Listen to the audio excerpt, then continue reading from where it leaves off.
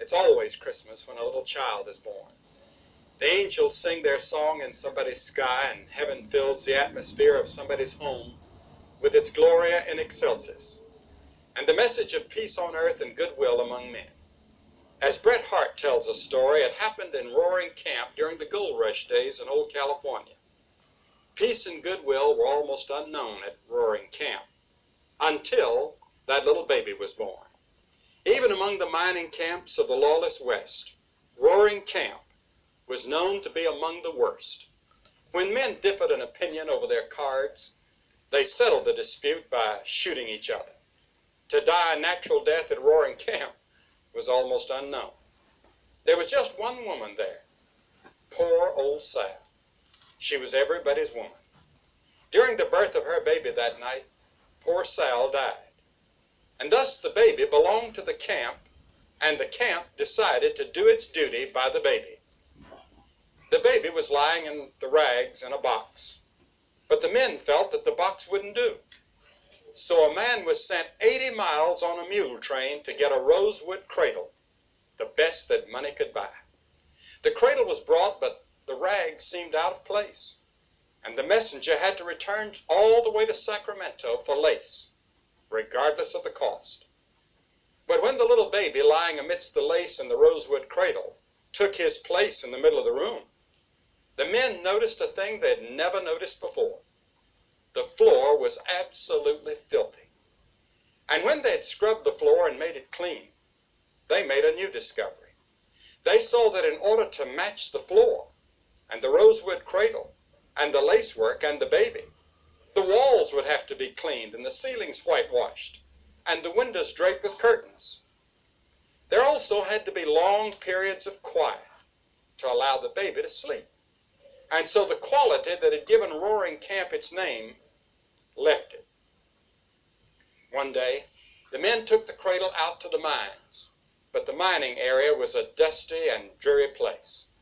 So to please the baby's eye, they planted brightly colored flowers round about the spot where the cradle stood. And so the mine became a garden. Best of all, a change came over the appearance of the men themselves. Up at Tuttle's store, the owner placed mirrors round about the room in which the men lounged and chatted and smoked. And soon there was a great demand for soap and shaving materials, collars, ties, and even suits of clothes. The baby had transformed everything. The Roman world itself was a roaring camp 2,000 years ago. Men were either slave owners or slaves. Womanhood was often debased. Unwanted children were often strangled or drowned.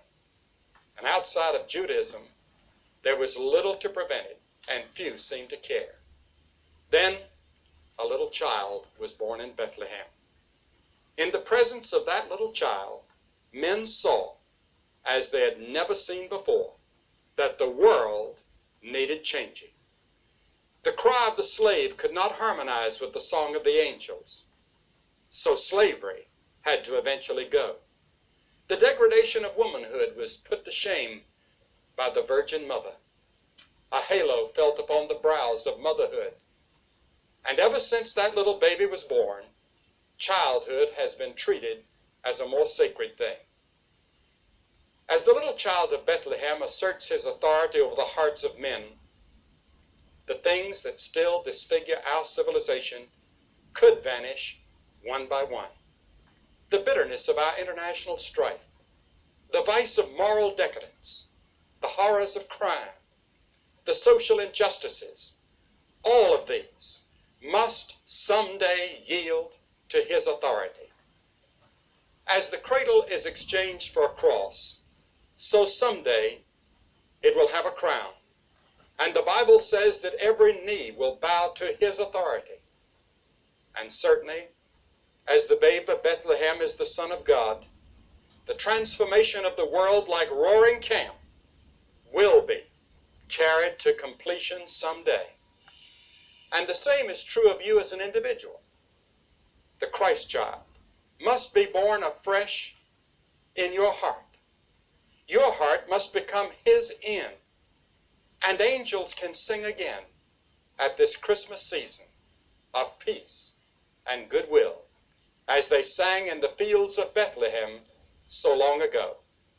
Shepherds will come once more to see the wonders that have come to pass. Men and women transformed by His power. John, that was the little story I wanted to say to you tonight.